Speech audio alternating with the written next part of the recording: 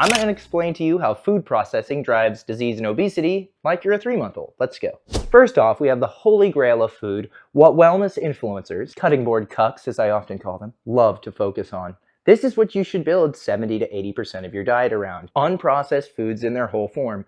This apple's loaded with fiber and loaded with nutrients, and this is more of what you want to eat. When you go from a unprocessed food to a minimally processed food, oftentimes you lose some nutrient density. Thankfully, in this example, this processed food here is just 2 ingredients. One of these apples, sliced and dried out, with some added cinnamon. Here's an example of where a processed food might actually still be quite healthy because the food matrix, the fiber, the nutrients, and all that are still completely intact. While you might get better bioavailability from the micronutrients and minerals in here, you're not taking a huge step down even though this is processed food. Things get dangerous quite quickly when you shift from minimally processed to highly processed foods. While you're still really only dealing with apples and water in this juice, you do have added sugar and you have the problem of being able to consume quite a bit of this quite quickly. I could easily consume that entire bottle of juice in a day without feeling full, and that's the caloric equivalent of eating these apples 3 times over. So the processing step wherein which we remove the fiber from the food matrix, especially when we're talking about fruit, that's where we really lose the most valuable part, and we gain the least valuable part. And lastly, we'll finish with the kind of nasty boy of the whole lot,